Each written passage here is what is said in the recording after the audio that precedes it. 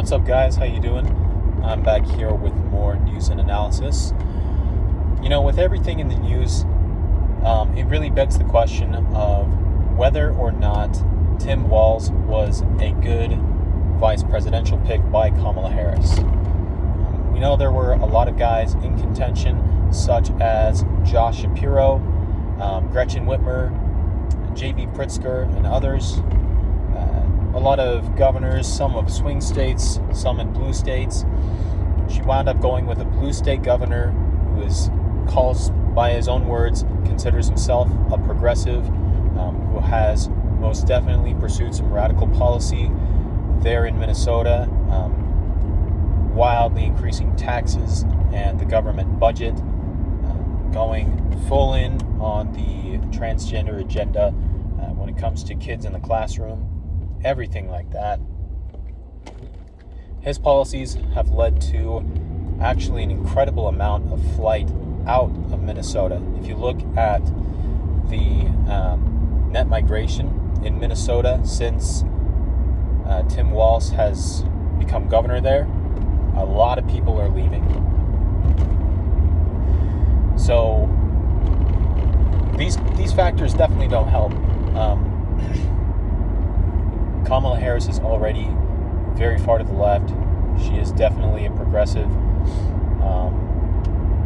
And so with someone at the top of the ticket like that, conventional wisdom would be to pick somebody who's more moderate as your vice presidential candidate, to kind of reach out to try and grab some of those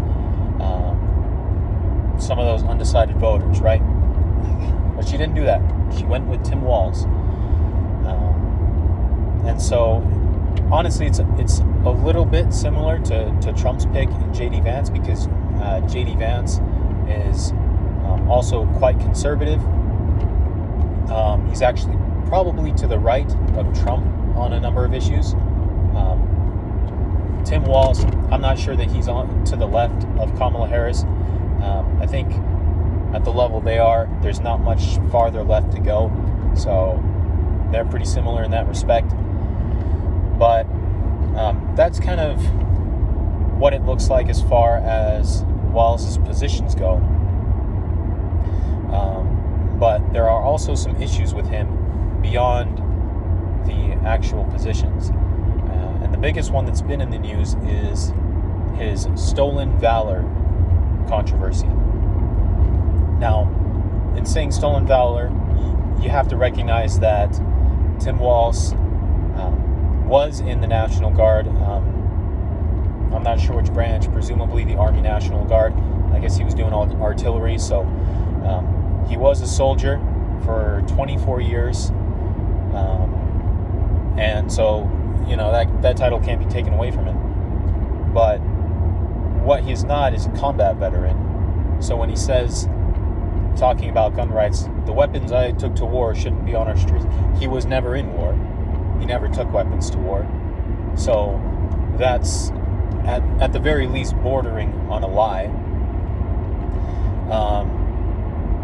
And additionally, another problem with this military service record of his is that right before his unit was called to Iraq to go fight, Walz quit the National Guard to run for Congress.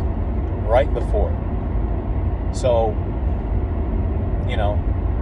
it's possible that he was just, it was his time. He was finished with, his service, and he was ready to move on to another career. But the timing of it is definitely suspicious. So Tim Walz has a number of issues. I think Kamala Harris would have been much wiser to go with either Josh Shapiro or Mark Kelly, or maybe even Gretchen Whitmer. That would have complicated the race a little bit, since it would have been an all-female ticket, and not only as a woman never won the presidency, but certainly not with an all-female ticket. So it would have thrown that in the race. But at least Gretchen Whitmer is a purple state governor. But she didn't choose to do that. She chose to go with Tim Walz, and she's going to see whether or not that was a good decision in the coming months.